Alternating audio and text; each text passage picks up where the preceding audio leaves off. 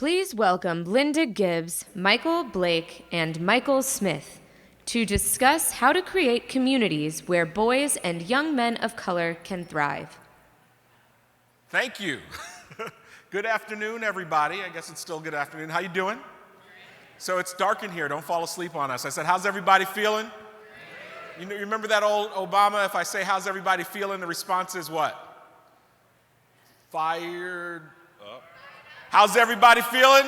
Fired up. How you feeling? Fired up. All right, we're going to have a good conversation today.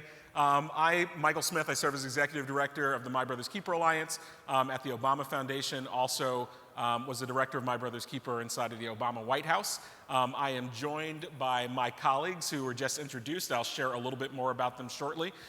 Today's session, what we're going to talk about is the incredible work that has rolled out in the wake of the launch of My Brother's Keeper in 2014 to make sure boys and young men of color can achieve their dreams, and really looking at it from a systemic challenge and looking at how institutional racism is keeping far too many of our young people out of the jobs and out of the dreams and out of the places where they need to be and where our country needs them to be. And so we're going to talk a little bit about that work that's happening and that work that is still starting to happen and what you need to do if you are working in a city, if you are working in a county, if you are working at a nonprofit or philanthropy, what you can do to continue to do this great work. So let me tell you a little bit about the panelists who are joining me, my good friends. All the way to my left, we've got Linda Gibbs, who's a principal for social services at Bloomberg Associates. Bloomberg Associates is an international consulting firm that was started by Mayor Michael Bloomberg as a philanthropic venue. And Linda has this great opportunity to work with a team, including a couple of our colleagues, Nioblia and Mariama, who are down there, who get to provide free consulting services, building on all of the great experience and the work that they've done in the Bloomberg administration and other places to cities in the United States, including cities that are working on My Brother's Keeper and all around the world. And so it's been so wonderful to have Linda from the very beginning working with us on My Brother's Keeper. Linda, before joining Bloomberg Associates, serves as the Deputy Mayor of Health and Human Services in New York City, which is a pretty major job. And one of the things that she did when she was Deputy Mayor of New York is launch something called the Young Men's Initiative, which was a model in many ways for the work that's happening for My Brother's Keeper. And I won't steal her thunder. I'll let her talk a little bit about that. And before being Deputy Mayor, she was Commissioner of the New York City Department of Homeless Services and held senior positions with the Administration for Children's Services and the Office of Management and Budget. Please welcome Linda Gibbs. And next to her, a man that needs no introduction. I saw him shaking hands with many of you that are in the room. We've got Assemblyman Michael Blake, or Mike Blake, from the great borough of the Bronx in New York City. The Assemblyman of that's not Wakanda, I've learned. That's the Bronx. It can be Wakanda. That's the Bronx. Assemblyman from the 79th District in New York State. Also the Vice Chair of the DNC. Mike was born and raised in the Bronx, New York. He worked on the Obama campaigns. Both of them served as the Iowa Deputy Political Director and Constituency Outreach Director in the Iowa caucuses, then went on to lead efforts in several winning states for Obama. He then joined the White House staff as Associate Director of Public Engagement and a Deputy Associate Director of the Office of Intergovernmental Affairs. That's where he and I had the pleasure of meeting. Then went some back and forth and worked on the campaigns back in the White House, and not before long, he was serving the people of the Bronx. So please join me in welcoming Michael Blake. So before I provide a little bit more framing, I'm just curious who is in the room. So how many of you in the room work for a city? All right, how many of you work for a county? A state? All right, how many of you work for a nonprofit? All right, how many of you work for a foundation? Private sector? Academia? Okay, all right. Media? What did I miss?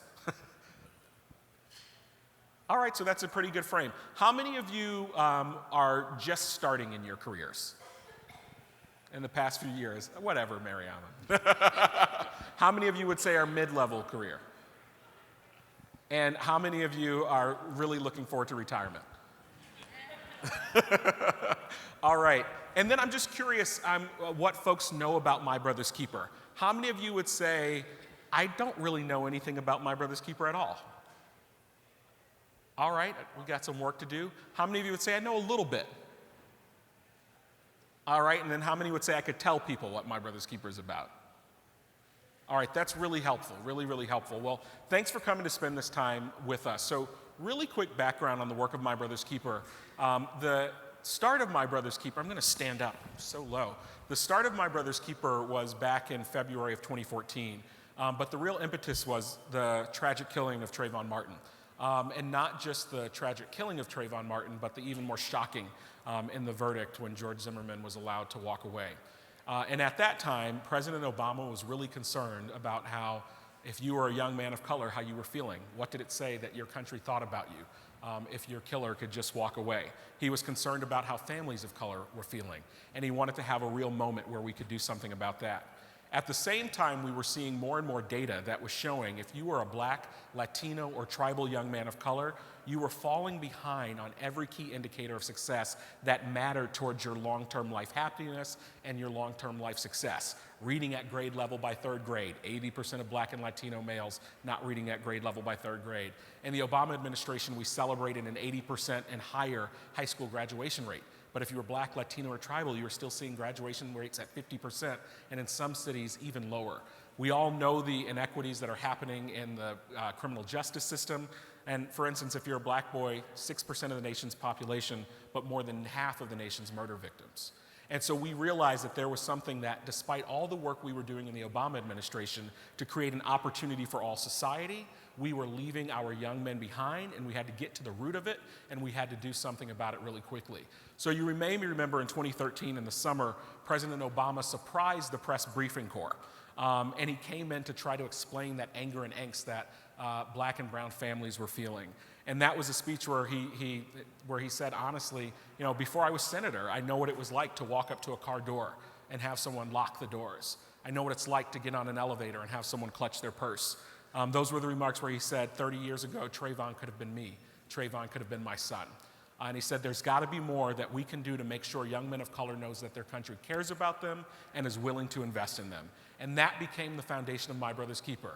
Groups of us got together in the White House, got together in the private sector, and then 6 months later, through a presidential memorandum, President Obama directed his federal government to do everything we could within our power to make the pathways to opportunity clear for young men of color in the country.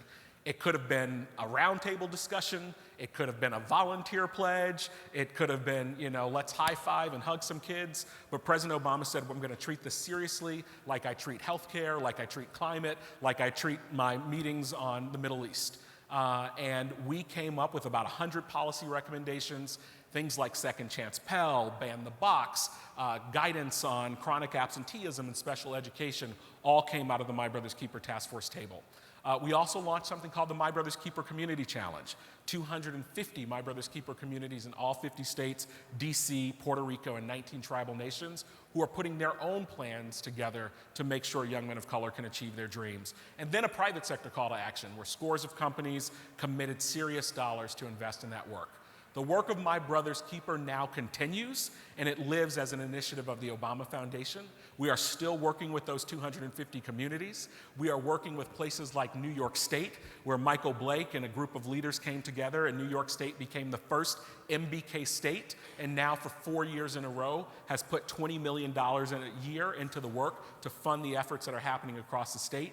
We're still working with Linda and Bloomberg Associates to make sure there's a framework for these communities that are doing this work, and also providing grant funding, technical assistance opportunities to continue this work to make sure that it's serious, that we're taking care of the needs of young men of color today, but also making sure that there is going to be structural, systemic work that is built to last. So that's the work of My Brother's Keeper. I now want to just turn it over to Michael and Linda to talk a little bit more about their work.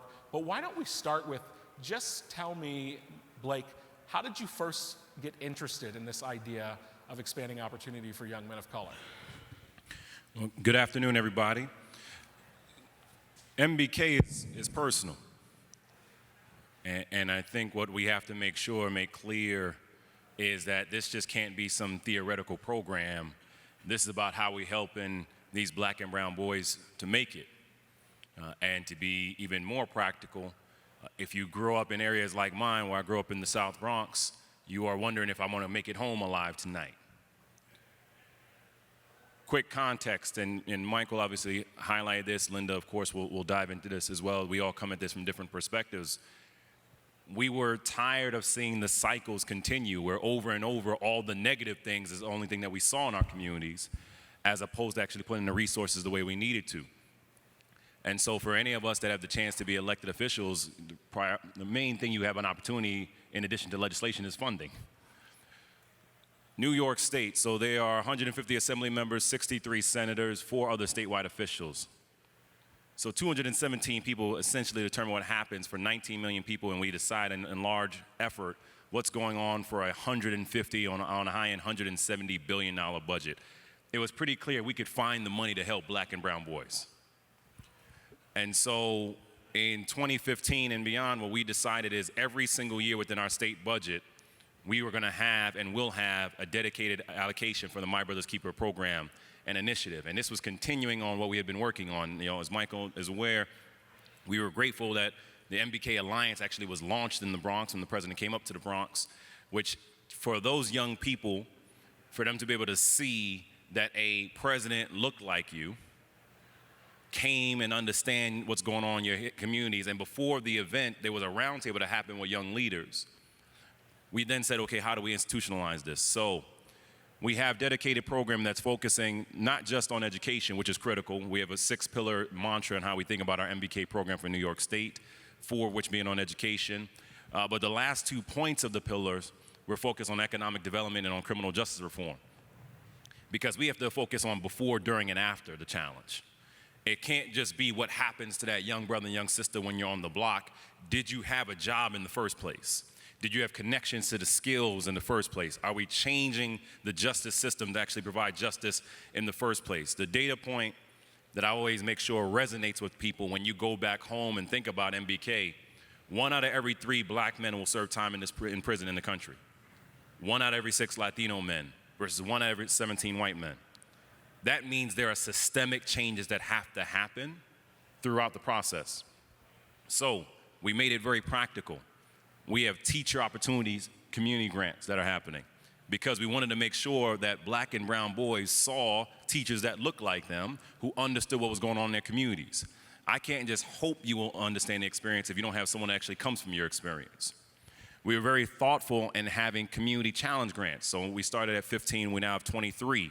And recognizing it's not just in the Bronx, but it's in Brooklyn, it's in Rochester and Syracuse, which have extreme poverty that people don't want to talk about and focus on.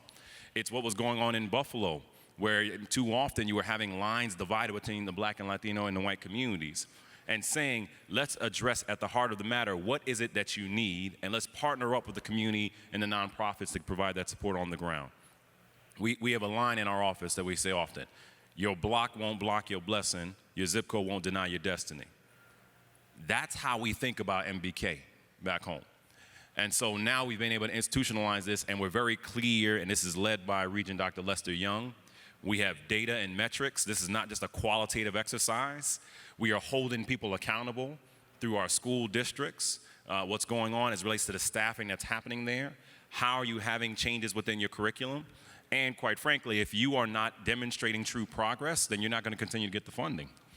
And so we're being very mindful about that. Now, the last thing I'll say on this, we are trying to address decades, if not centuries, of inequity in our communities. You're not going to fix that from just one program. You're not going to fix that just one year.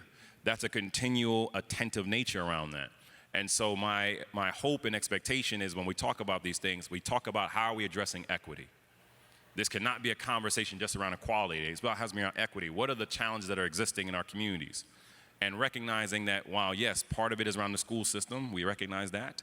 It's how we're making sure that minority women-owned businesses get more access to opportunity so that they can then hire the young people in our communities. We changed the law in New York State to have a prompt pay bill so that minority and women-owned businesses get paid in 15 days instead of 30 days. We changed the law when it came to criminal justice reform so that you no longer have a process that was slowing down the process around speedy trial. Khalif Browder was my constituent. For any of you who heard about the Raise the Age case, and one of the major challenges that happened with that, it was not just about the lack of bail opportunities, which is unfortunate and wrong, is that the clock would stop so that you actually wouldn't know what the prosecution would have on you, and it would delay the process weeks, months, sometimes years. Why is that relevant to your question, Michael? Because at the end of the day, when we talk about MBK, we have to look at this in a holistic manner and all of the challenges that are happening and take it to the framework of how this has to be place-based. What we do in the Bronx is different what's going on in Brooklyn. It's going to be different what's going on in Syracuse. It's going to be different in Chicago, going to be different in Miami, and that's okay. And it's also understanding the language access opportunities that have to happen there. The Bronx is the most diverse county in America according to the census. There is an 89.7% likelihood that any two people you meet in the Bronx be a different ethnicity. Within that, we have the largest West African population outside of West Africa in the world. So when we think about how do we engage boys and young men of color in the Bronx, we're thinking about our African communities, and we have to also think through how do we make sure that everything's in French, not just in Spanish. It's that level of attentiveness that when I think about how I go upstate and engaging with our tribal nation sisters and brothers, that has to be part of the conversation as well. So we are very mindful of that, and we treat it in that way. We've been very thoughtful about that, and we now have a black speaker and a black Senate Majority Leader, so that is part of our continual budget allocation. I would encourage you, if you want to see what we're doing in New York, we can obviously talk through that more, but we're excited that we are the model, but I hope everyone goes back home and recognize New York should not be the only state that has this. We need others to recognize what we are doing. We are happy to be a best practice. We're happy to travel out some more, but our black and brown young boys need us right now, and MBK can be that gateway. Thank you, Mr. Blake. So Linda, the Young Men's Initiative predated My Brother's Keeper by a little while. So you were an early adopter. I'm curious, how did you first get interested in this work? What was the impetus? What did it look like? And what does the work look like for you now? And thank you, Michael, because that was amazing. Assemblymember Blake, really amazing. And it made me think of, obviously, how different my pathway to this work is. I grew up in upstate New York in a white family, in a white community. I went to schools that were all white. I went to college and law school, all white, virtually, and moved to New York City and worked in offices that were staffed by largely, predominantly white people. Because as we know, as we move up in the management ranks, there are fewer and fewer people of color and more people who are of the white majority. And then I shifted over to the child welfare system and then the homeless system, as Michael earlier said. And it was at that point, if you could imagine that, I was probably around 30 years old, was the first time that I was exposed to environments that were overwhelmingly people of color. And it's so interesting. I just want to really pause and think about how much our conversation around systemic bias and implicit bias and has changed and evolved and progressed tremendously, because when I started in child welfare in the 1990s, we didn't have words for this. The framework didn't exist for thinking about it in that way. And there was always like the data and the kind of the academics who would point out the strong correlation between color and income and poverty. But we had generic approaches, very good generic approaches, but generic approaches to services that did not take color into account and did not take the effect of race and concentrated poverty into account. And so I moved from, I was learning on the job, moved from child welfare to homeless services, and then became the deputy mayor. And when I became the deputy mayor, I talked with Mayor Bloomberg, and I said, coming into City Hall, I want to work on the causes. I don't want to do, the crisis responses and the after the harm fixes. I want to really dig deep with my colleagues across these 10 agencies that I supervised, which included corrections and probation and juvenile justice. And we want to get underneath the problems, and we want to work on on prevention and intervention so that we don't see these crises. And the way that we kind of sum that up in the conversation is we want to work on a deep anti-poverty strategy. And so because Mike Bloomberg is so data-driven, he wanted to know, okay, break it down for me. Tell me what is the experience of people in poverty in the city? What are the demographics? What are the geographic concentrations? What are the life experiences? And so we started with that and then honed in on target populations, which included young people, like 16 to 24. We decided that was going to be a real focus. And then I got educated. Could you imagine, after spending 6 years in child welfare, 4 years in homeless services, I still didn't have the language around this. And I quite frankly was not aware fully. I was kind of aware, I knew I had privilege, but I just thought, well, you worked really hard, Linda. Of course you have privilege. You worked for it. And the field advanced and I advanced, and my brain opened to become more aware of how my whiteness gave me my privilege. And then I saw it all over the place, and I appreciated it more deeply.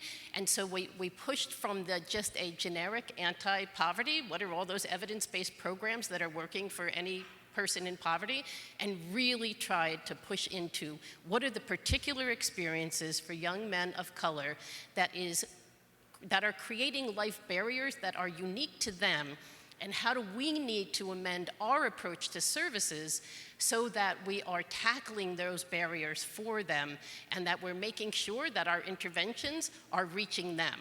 And it was really hard work. So that is how the Young Men's Initiative evolved out of that anti-poverty approach.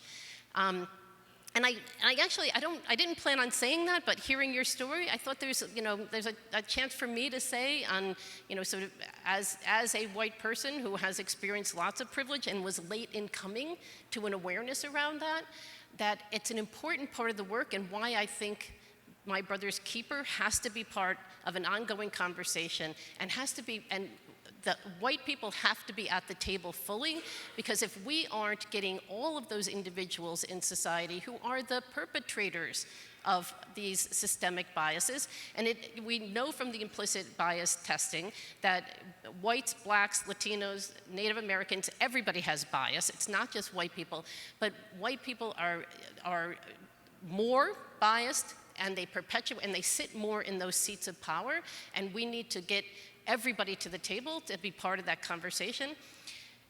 So when we did that work for the Young Men's Initiative, and then President Obama announced My Brother's Keeper, I'm like, that's great. I want to, put me on the team. I want to be part of this. But it was even more great to me when he created the Community Challenge, because so much of it is what happens on the blocks and the streets and the offices of the municipalities, where there's the face-to-face contact between the workers and the officers and the mentors and those young people, and having the mayors play a leadership role in driving those agendas in their localities, to me is the way that you're going to get the quickest impact from the overall goal out into what's happening in the field. Thanks, Linda. And I think what's so important about what you said, when you go back to your communities, you can talk about opportunity, you can talk about economic mobility, you can talk about education, but if you are not willing to talk about issues of race and racism and bias and systemic racism and institutionalized racism, you are not going to move the needle on how these issues affect not only young men of color, but all people of color. And so that is the bravery that has to happen in cities across the country. Our time is flying by, and so I want to ask each of you, can you paint a picture of where you are seeing this work? So Blake, if it's a community that you visited, Linda, you've been working with scores of communities across the country, paint a little bit of a picture of what it looks like when a community is really beginning to gel well around this work. There's a few things that I see that tools that people use, and when they use them well, when they commit to them and use them well, together with committed leadership, you get the makings of impact. And so one critical tool is the data. And a lot of people, when they look at their data, they don't ask for the racial breakdown. And so while they understand that people of color experience worse social outcomes, they don't have the numbers at their fingertips, and they don't know if it's a little worse or a lot worse. They don't know if it's worse and getting better or bad and getting worse. And so people who take the time to extract from the data the disparity information and then track it over time are better informed. So that you know where your hotspots are, where you need to go after, and then you know whether or not the stuff you're doing is having an impact. And then I think really having explicit conversations around implicit bias and doing, I don't know how many in the room have been into how many implicit bias trainings now. The good news is there's a lot going on because it's becoming much more widespread. But there's bad implicit bias training, and there's great implicit bias training. And so engaging fully in implicit bias training that is hardwired to thinking, not that did I check on my HR form that I did my implicit bias training, but did I use it as a tool to go back to the office to think about how I can do my job better. And then the third is governance, is really having some strong leadership and a powerful leader, like a really caring, persuasive leader who can rally the troops, but then a governance, people who are willing to drop some egos and work together in an environment of trust because they care about the same goal. Thank you, Linda. I'd applaud that too. What you were saying about data is so important. Whenever President Obama talks about My Brother's Keeper, he certainly talks about the moral obligation that we have, the economic imperative we have, but he almost always talks about evidence-based models and evidence-based approaches. Go where the data says to go. Go to the models that you know are going to have evidence, tangible, measurable evidence that it's working. Expand and replicate those. Don't think you're just going to hug a kid and everything's going to be okay. Give this work the same level of data and rigor that you would give anything else that you're working on. Blake, tell us what you think that looks like when it's working in New York. So as I always say when we talk about MBK, we got to make this personal. Right? I'm that kid that experienced police brutality in high school and as an elected official, who on one side have a brother who just retired from the Army and two brothers who are incarcerated and turn their lives around. If we don't make this real when we're engaging with these young brothers and young sisters, they can't connect to us. It can't just be some glossy policy in how we talk through this. And so I want to talk very briefly about what we're doing in the Bronx. You're asking us about specific places where we're seeing and connecting it to what we're seeing in Yonkers as well. So very concretely, we think about this in an approach called the 3 E's: economic development, education, and equity. Because if we don't break the cycles, we're going to keep going through the same cycles. Economic development: how do you make sure that you are creating the job opportunities and connecting to skills and wages for these young brothers and young sisters across the board? The best analogy we always say, if I see a young brother or sister stand on a corner and they're part of a drug deal, the reality is that they are a genius. They are brilliant at math. And they just have not been connected to the right opportunity. They're an entrepreneur who just has not been connected to the right opportunity. So I got to figure out how I connect to them. So what do I need to do? I need to go meet them where they're at. That means I'm going to go onto the block and I'm going to go into the public housing developments and go see what's going on at NYCHA and realize that those same kids that were regularly having gunfights on the block, maybe I got to engage with them. And what do? We had a water fight, and they realized they were just kids.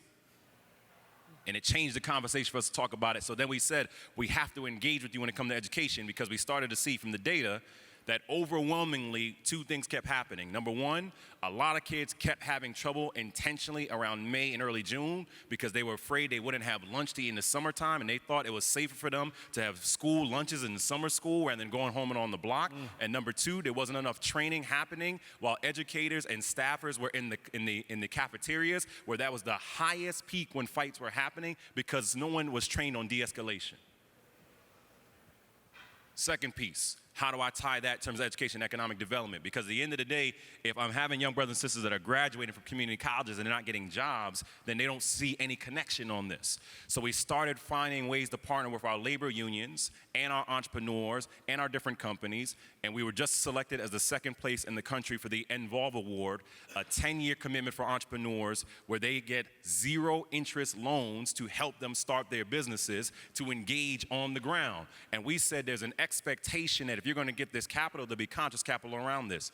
Third piece around the equity. At the end of the day, making the connection and making it practical. So when we talk about what we're doing in the Bronx, we're seeing that right now, and we're collaborating with our friends in Yonkers, which Yonkers is probably the best model that we have in New York State around what's working. So because I'm an organizer, let me be very practical. If you want to see what we're doing in New York, I'll first give you the website, nysed.gov/MBK. nysed.gov/NBK. You can see what we are building across the state on our My Brother's Keeper initiative. You want to hit me on Twitter, I actually will hit you back on DM. Sometimes it's easier that way, at MR Mike Blake, so that, again, we can tell you about what we're working on and engaging in that way. Lastly, when we think about what's at stake, Linda's talked about this, Michael, you've talked about this. I can't ignore the politics of this and the urgency of the moment that we're in. One of the many reasons why I'm running for Congress back home is because I want young brothers and young sisters to see what could be possible when you have a person of color that's there. And you cannot ignore in communities where we are having MBK programs, they are watching what's going on in DC, and they're starting to wonder, does anyone care about me? When you talk about what's going on when babies are being ripped from their parents down the border, let me make it real practical. 3 of the sites where those kids are being sent are to the Bronx. It is not just going on in the South. It's how do we make that connection in all aspects. So why do I bring that point there? We have to be the faces of hope, everybody. And you got to be very tactical with your approaches and your strategies. So again, going back to where we started, align it with your budgets, finding a way your city, state, or federal budget, making sure you have the partners that will engage nonprofit, public sector, private sector, all connected in the same way, and then make it very specific to be a place-based approach. If you need the visual to remind you why we do this work, the visual of Jacob Philadelphia when he stretched out his hand to reach out to the president because he wanted to touch someone's hair that felt like his. That's the narrative that we have to convey to people. If my family can go from no house in Jamaica to the Black House at Northwestern to the White House in D.C. to the State House in Albany, anything can be possible for these kids. That's what MBK is doing, is changing the narrative, and that's how we did it in the Bronx. That's right. I'll leave you with one final thought. We're out of time. When we were launching My Brother's Keeper Alliance in the Bronx at Lehman College in New York, Blake talked about the fact that the president met with a group of young people beforehand, a group of young men. And as he often does when he meets with young people, he asked them, what do you need from me as your president? And people talked about scholarship programs, people talked about jobs programs. And one young man who is actually now on my board, Malachi Hernandez, said, Mr. President, this may sound corny, but what about love? And he proceeded to talk to how his dad wasn't in his life, and it was hard to go on sometimes. He said, Mr. President, I know you didn't have your dad in your life. You know, what about just love before everything else? And so the staff that's in the room looks at it. How are you going to handle that one, Mr. President? The president then goes on to have this incredibly intimate and honest conversation with Malachi. But when he went to give his speech to the launch of My Brother's Keeper Alliance later, he went off script. And when you're White House staff, you're following along the text, and you're like, oh, he's going off. And he said, I want to talk directly to the young men in this audience. And he told the story of Malachi. And he said, I want you to know that you matter. There's not a single thing that's more important to the future of America than whether or not you and young men like you can achieve your dreams. The president will talk about the idea that we have a moral obligation to make sure America remains a place where you can make it try, but he also will tell you we have an economic imperative. His Council on Economic Advisors did a study that showed if you're a black baby boy born 25 years ago, you have a 1 in 2 chance of being employed today. That same study showed that if we could close that employment gap, we'd see an increase in 2% in GDP, or $350 billion. So we've got a heart thing that we've got to do to make sure that we get the back of our young men of color. But if America is going to be successful, if your cities are going to be successful, we have to make sure our young men can achieve their dreams. Learn more at obama.org or iambk.org. Please join me in thanking Michael Blake and Linda Gibbs.